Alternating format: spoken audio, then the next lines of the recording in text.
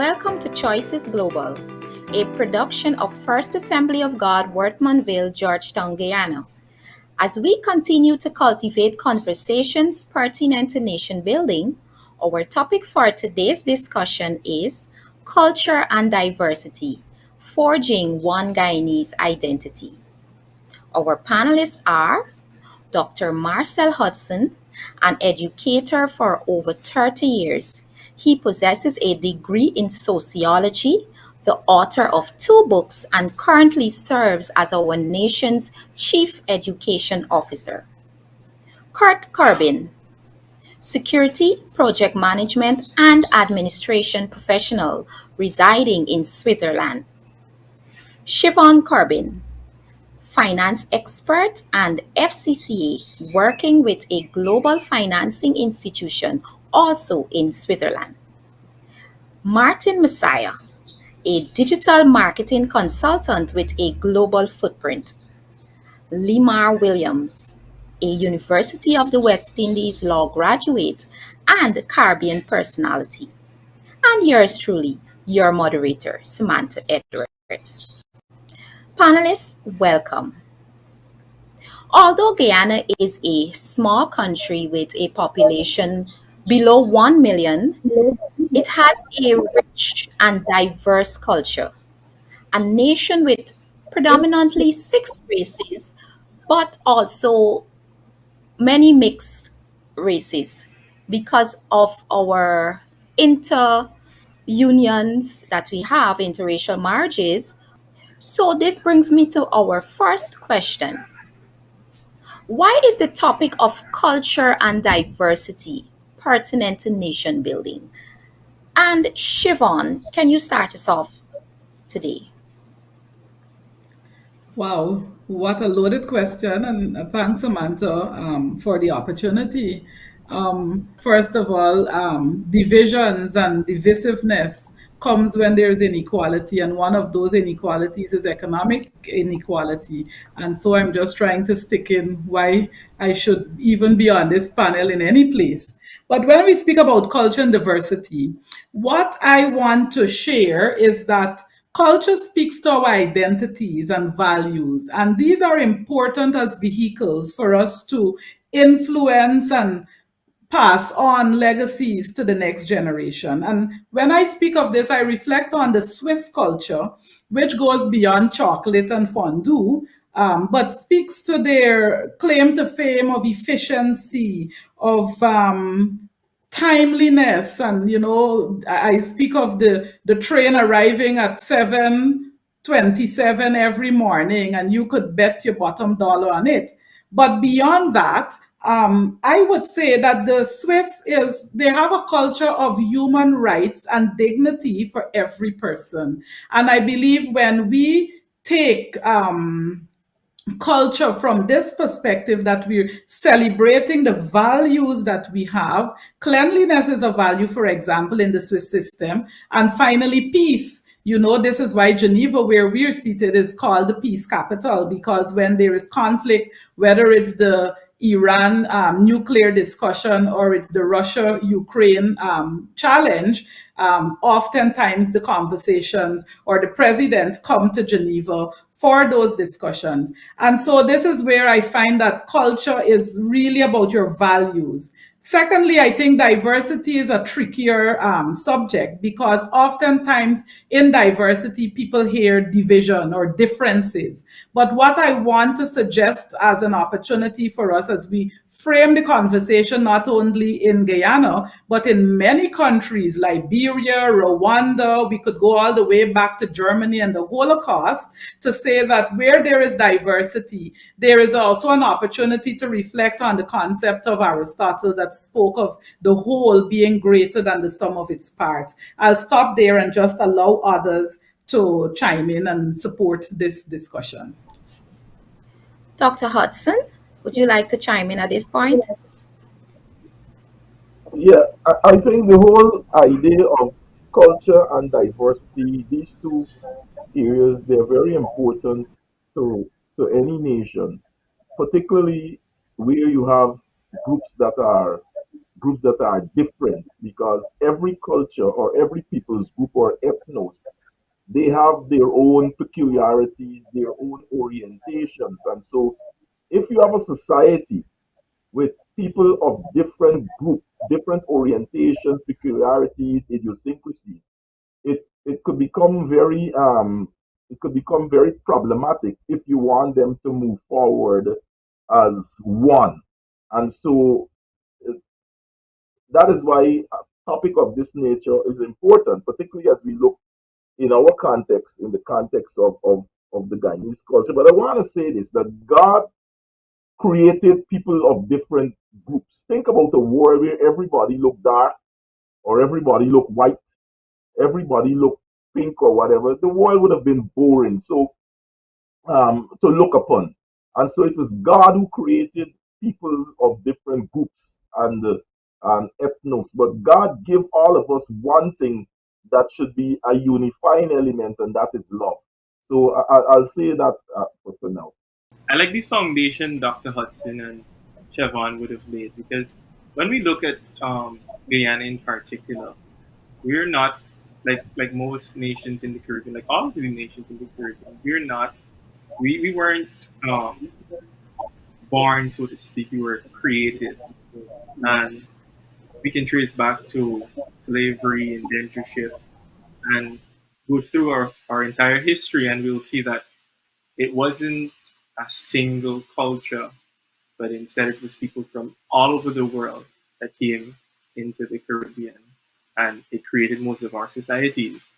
And so, if we want to really and truly move forward and to pursue nation building, we'll need to understand or have an appreciation of the different cultures that would have laid the foundation of the society that we call Guyana today. And even if you look and assess the word culture, you see it's Latin origin. It speaks to cultivating, and if we want to build a nation, we must go to the point where we cultivate it. And culture is that source, that foundation.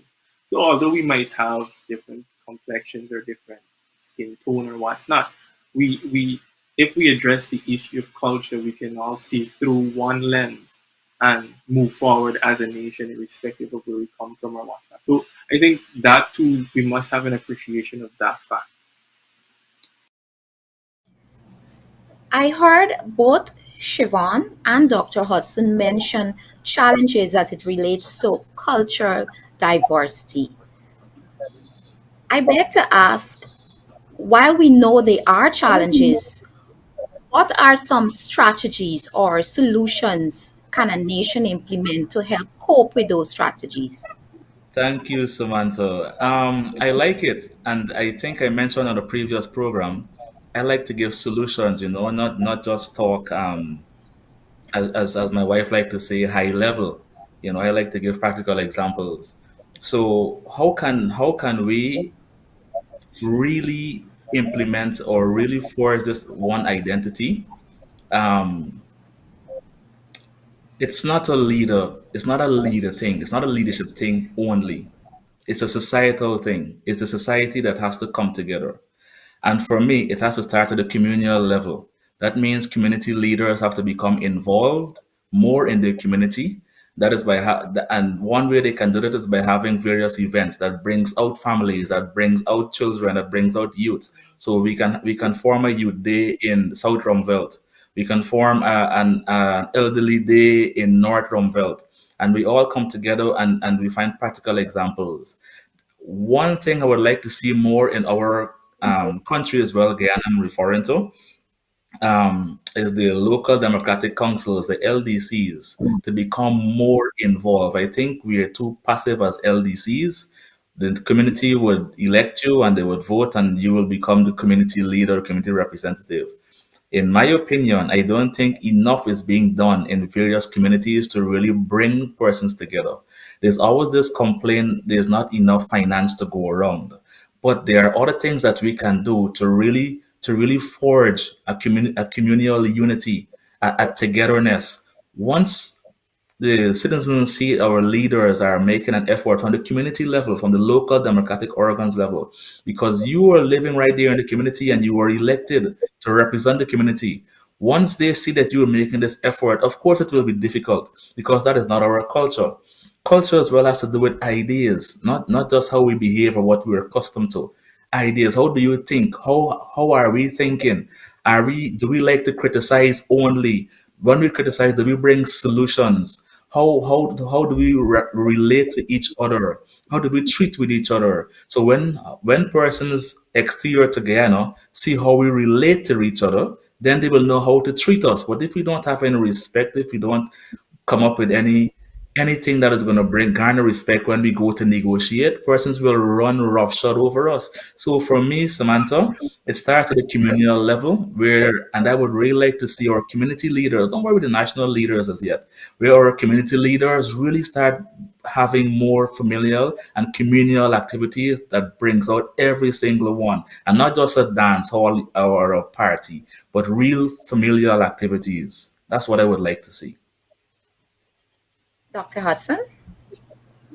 Yeah, I would like to put a number of things on the table in terms of strategies as to how we could deal with this issue. First of all, I mean, being an educator, I can't start anywhere else but education. Education is vital in terms of transmitting the right kinds of attitudes and values as it relates to people and how people interact and so on. As a matter of fact, the scriptures clear says people are destroyed for the lack of knowledge. So as students, as young people are educated, they learn of the vagaries of stereotyping, of prejudices, being putting people in a box, people that you don't even know. You've already decided that this is who they are because the lack of education. But as you are educated, you learn to understand that look, people are different, even though they might come from a particular racial group. There are values that they possess, and so we shouldn't paint everybody with one brush. So education. The other thing I would like to talk about is consultation. If we want to know what will bring us together, people must meet and they must have a discussion. They must have consultations because out of consultations, people are able to, vent their feelings, their beliefs, and their views on a particular matter. So at the end of such a meeting, there could be some uniformity as to the way forward. Then I think Pastor Court made mention of community the community projects. It's amazing how different racial groups, because they have a vision and agenda, for example, to clean the community, to build bridges, and because of that, they develop relationships. Neighbors who have not been talking to each other because of some whatever feeling they have about one another. A unity is formed out of community projects because they could now look back as a team and say, we have done this. Look what we have done. We could move this out of now projects into the way we live and we treat with one another. I think sports is also important because we've seen how people from Barbados, Trinidad, and different countries who are in one team, they forgot about their country and they played, and that's a power of team. That's a power of team. Shamar Brooks, for example, he's a Barbadian, but he played the game of his life for the Jamaican followers. And so that is the power of team spirit where you begin to see beyond, you begin to see not just in front of you, but you begin to see in the future. Then there's this whole thing about acculturation. You ever ask yourself how do we see East Indian people, for example, in this country? How do we see them making cooking metamji, as we would say, and cook up, and and the persons of the African group cooking curry and making roti and puri and so on. It is because of acculturation. But what I'm saying, the acculturation must now move beyond food to views and ideas, how we could gel together. I know we press the time. The last thing I would want to talk about is political cohesion. We cannot remove politicians who have influence and power to say, here, let's not fight against one another, but let us unite for a better community, a better Guyana, the one Guyana that we're talking about. Why not, instead of fighting against the concept, why not join this concept, jump on the train and so we could move the whole issue forward. I would like to make those points for now. Martin and Limar, our two youth panelists, I would like to bring you in at this point with a spill off question from what Dr. Hudson mentioned education. Since you would have left school most, the last in this group, I don't think most of us can remember when we left. Nevertheless, can you share with us initiatives you experienced at school, or even if you did not experience, what you think are some initiatives that can be implemented in our school system to help train or get our children minds thinking or appreciate be more appreciative of culture and diversity? Well, I think I've been quite reserved in this program today because I think that this topic is one that is very divisive. And we move from that definition of what is culture into how do we manage culture and diversity into a tool for nation building. So it's a shallow right into the deep. And you asked about the question of how we could stimulate uh, uh, cohesion within our schools.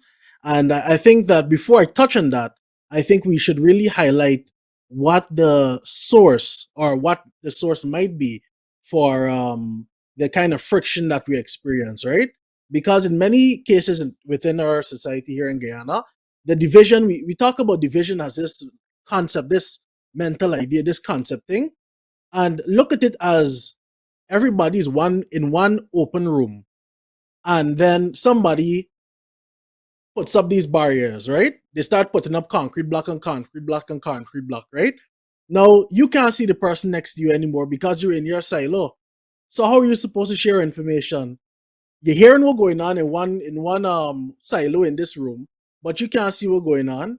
You might hear somebody shouting and saying, I'm a foot hot in, but you can't really render help or assistance to that person because you don't understand what that person might be experiencing, or you might even be afraid to move the block because the block could be heavy. And what I'm trying to do is I'm trying to make the diversity issue as an inclusion and equity and all of that. I'm trying to make it as physically clear as possible when we look at the challenge that Guyana will have, or that Guyana does have when it comes to building for the future, right? Now, I think that one of the key barriers is that there's a inherent distrust. I think of the different groups in Guyana. That's one major issue that we have, and many persons could add more detail to that.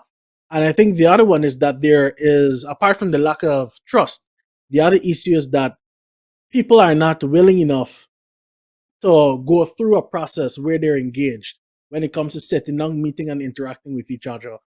Now, this could be for a number of reasons. Sometimes the processes for for bringing people together and meeting and discussing issues and sharing ideas, sometimes it's very challenging. In other cases, some people just don't believe in the processes. Like everybody, based on my experience with young people, most of the young people I've interacted with love the idea of one national push, one national identity for Guyana. But the issue that many of them have is that they don't believe, or they're not clear on how we will move from where we are today into that stage. So when it comes to the school level, I think some initiatives that we could maybe consider. Uh, we spoke a lot about entertainment. I think that what we could look at is maybe skills training, skills development, because we want to be able to have these different groups of people to be able to share, to experience diversity, not only through the lens of entertainment and food and vibes, but when you bring people into a space where they're now dependent on each other, not only for fun, but for survival, for work, when it comes to establishing their own careers, I think that that is something that could help us to be more united as one people. And to think you didn't want to speak. Limar? Yeah, I want to build. I know Martin touched on most of the important points, but I just want to share a quick story. Before I came over to Trinidad to study, it was myself and two other colleagues of different races came over. One is an Amerindian and the other is an East Indian. And the interesting thing is that we all shared a room and we shared food without ever judging or looking at our skin or anything like that. Why is that the case? Because at our high school, the three of us, along with some others, we were the first to create a law society at the Bishop's High School, and that was the first of its kind in the entire country. And one of the things that that taught me was that when you have a common goal, when you have something to fight for, you don't look at where you came from, where your friend came from. You just look at that common goal. And while we were all educating ourselves, we just looked at, hey, we all love law. And we need a law society where we can have tough or difficult conversations, where we can rub ideas, exchange ideas, and what's not. And so that helped us a lot. And so I want to build on what Dr. Hudson would have pointed out, educational reform.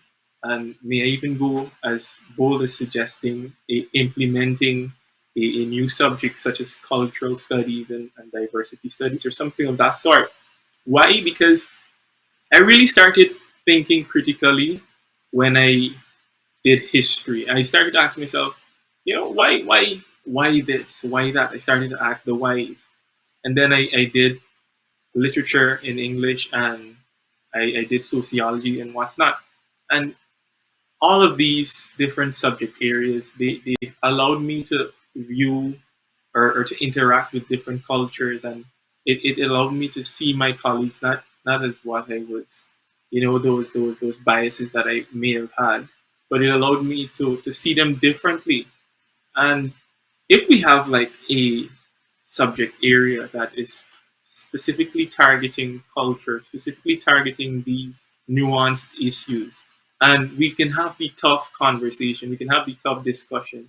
And not only one of the things that I learned from my own personal experience is that most of us understand that there's a problem, but how do we get past understanding or identifying the problem? We have like a subject area that creates a clear path forward and a clear way in which we can interact or help us to unlearn certain things, then that would be helpful. And another thing that helped me throughout my high school was PE, physical education. You see, when we had these football match, I usually was a captain, and my friend of another race was a captain. And our teams were mixed. Like we had males and females. We had people from East Indian, Amerindian, whatever other race or ethnic group. But you know what my team wanted to do? My team wanted to beat my friends. We wanted to win. We never looked at who's this or who's that. And so at sports also, I was in Jor House. We didn't look at who culture, who bring this food or who bring that food. We all ate and we all wanted to beat Allen House.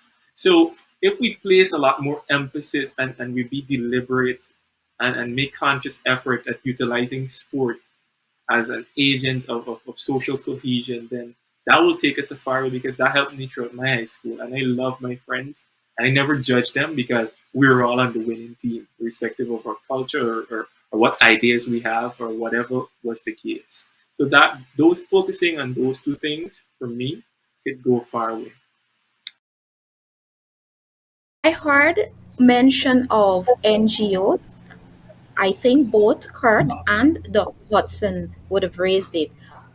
But I'm also thinking, apart from our national leaders and NGOs, shouldn't other organizations or institutions play a role in building culture or promoting social cohesion? Siobhan, can you share with us which other group in our society you think should also play a role or be responsible for building social cohesion? Well, Samantha, as I've heard from the other panelists, one of the things that I'm reflecting on is that social cohesion shouldn't be an issue that is tackled in a silo, as Martin would have suggested, in a different context, but rather should be something that's embedded at every strata of society. And so, at the grassroots level, as Dr. Hudson spoke of, at the national level in terms of education, and I want to speak to the fact that cohesion and inclusion are at tension when it has to do not only with education and, for example, our literacy level, but has to do with economic activity and whether we're included or not. For example, not only looking to youth employment and youth participation in the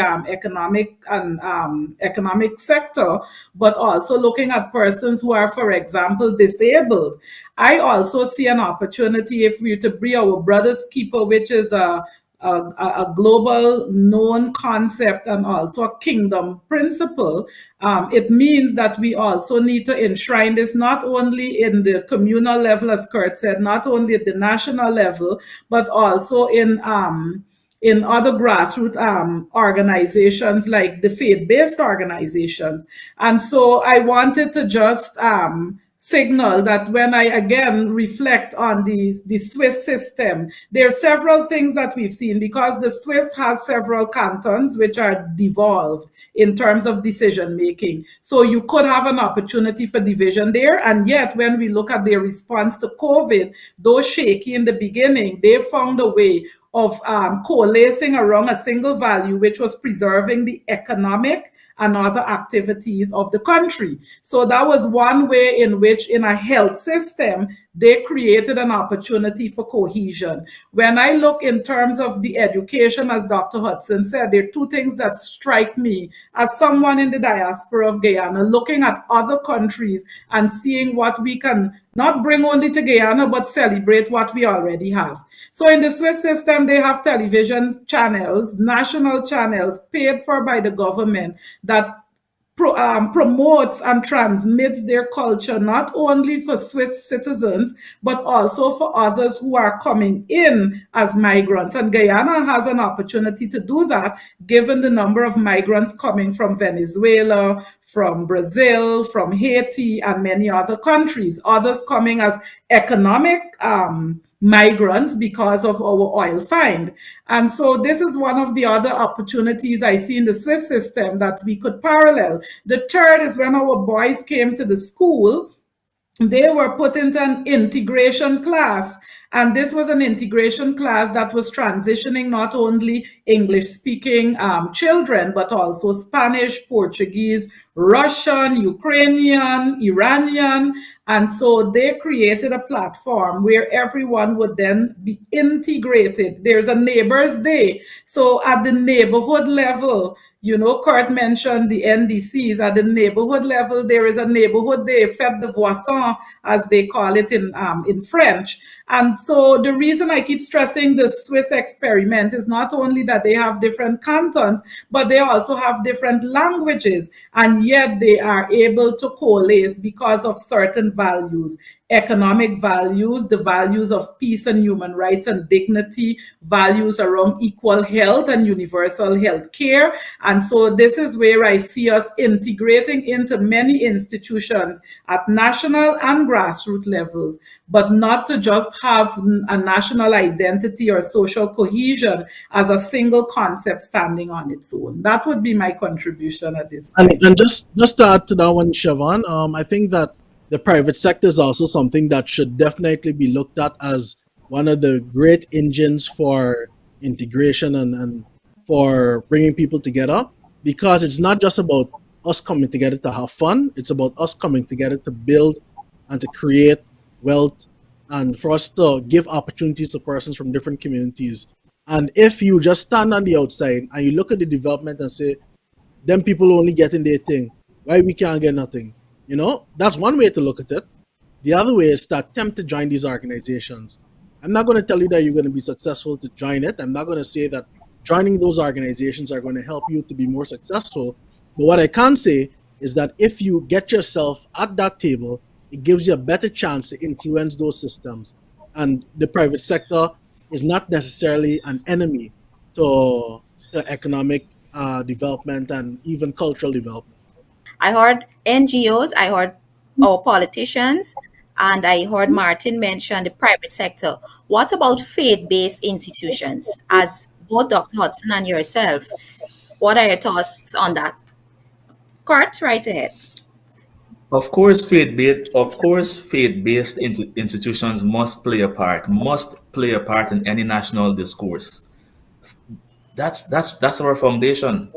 We have to be involved in any discussion. Dr. Hudson mentioned earlier, consultation has to play a significant part in any that has anything to do with nation building. And faith-based organizations are a must. Of course, we have to be there to bring the spiritual aspect, to bring values, to bring morals, and all of these positives. However, to the question about we'll be talking about culture, but I would like to speak directly to schools as you answer as I go on quickly looking at our time. Um, what are we known for as Guyanese? Yes, we're known for having fun. We're kind of laid back and we always make jokes and so forth. That's fine. But when you go overseas, what are we known for? Recently, the president made a decision, an excellent decision, I may add, president of Guyana, that tourists they can come and they can rent a car, or they can drive a car for 3 months, I think, with their license from their country. And I saw some negative comments on Facebook. Oh, why I don't want to drive in Guyana, the drivers and so on and so forth. And I was like, what is all this negativity? It's a good decision. We're opening up. The country is getting more to a developed nation, so we have to do these things because when I go around the world, I can drive with my Swiss license. But then recently, shortly after that, I saw there was this tragic accident on the back road there where this truck picked up this SUV and the driver died on the spot. And we don't want to be known for that. We want and this comes back to culture. We know in Guyana, people speed, people, as we say, pope the line, or they come out of their lane and they go into the lane that they shouldn't be in, or they cut across you and so forth. We don't want to be known for that. That is our culture. But is that a positive culture? Siobhan mentioned when the children came out, they were integrated in this class and they were taught. From kindergarten, values and cultures are taught. There's a book, an exercise book that is given from the students who are in kindergarten in the Swiss system that they have to come home. They could barely write their name, but their parents have to go through it with them, discuss it with them. It's also discussed in class with the teachers, and they have to sign. There's a sign and the two persons fighting, and there's an X there. No fighting in school, no running in the corridors, no peeping in the bathrooms, no fighting, no insulting each other on the preview. That's the play field. And no, don't talk to any strangers on the internet. Kindergartners who have no right on the internet at that time. And this is every single year. This is happening. The police come to the school at various times throughout the year, and they mingle. They share stories are shared. What to do on the road, what not to do on the road. So you're inculcating a culture from since they're in kindergarten. So as they grow, they know what to do and what not to do. Respect each other's space. When Siobhan speaks loudly to in the house, little Samuel at 6 year old, since 5 year old, you are too loud, you're disturbing me, you're hurting my ears. He understands that already. That's a culture that he's growing up in. So as I said, I like to give practical examples. So Samantha or Dr. Hudson. No, Dr. Hudson. Little while. Um, a conversation like this cannot be reduced to an academic gap because lots of times when you listen to people, you could see the whole concept of academia coming out. And if we want true transformation, it's not a gap. It cannot be an academic gap. You have two words if you need real transformation. One is integrity, comes from the Latin word integer, which means wholeness. The other word is character, consistent behavior. There are people who would have a conversation like this. As soon as they have left this room with this conversation, they go back behaving the same way that they behave. And I want to bring a situation that occurred in the Bible when the wives and the widows were widows were complaining that they were not getting the kind of service in the context of the church, if you would like to say that. They were not getting the kind of service, and they complained to the elders. And the elders, they voted. They created a scenario where persons could have voted for who they want to serve. You know where the lot fell? All the people who were chosen as deacons, they were non-Jews. They were not the anointed ones, so to speak. So I'm saying you could be of whatever color. You see, if you have integrity, your behavior, you whole as an individual. If you have character, your behavior is consistent. You have people of any color and any race will follow you. And I've discovered that. It's not something that is going to be magical, but I'm telling you, there are people who will follow you. You can't have an academic gap, and as soon as the gap is over, somebody goes back and talking about some other body, some other racial group or whatever, and peddling those kinds of information or those kinds of behavior. So we have to be consistent. It cannot be reduced to academics. So I think I needed to say that. Character, integrity. Whatever people see is what they get each and every time, not sometimes. So it's not a gap. It's about your Yes. outlook, your behavior, and a single man could change the world. And we saw a man who did that because he was consistent in his behavior. He Yes. was consistent in terms of his integrity and goal. Thank Yes. Sorry to interrupt, but we are out of program time. Thank you, panelists. Today's discourse produced insightful perspectives on the topic of culture and diversity. We were not able to cover all the questions, but nevertheless, we will continue in our next episode. To our viewers, thank you for joining us from whichever part of the world you're located. Please keep in touch with us at faogw.org and our YouTube channel, Choices Global. Join us again on October 23rd, 2022. Until we meet again, stay safe.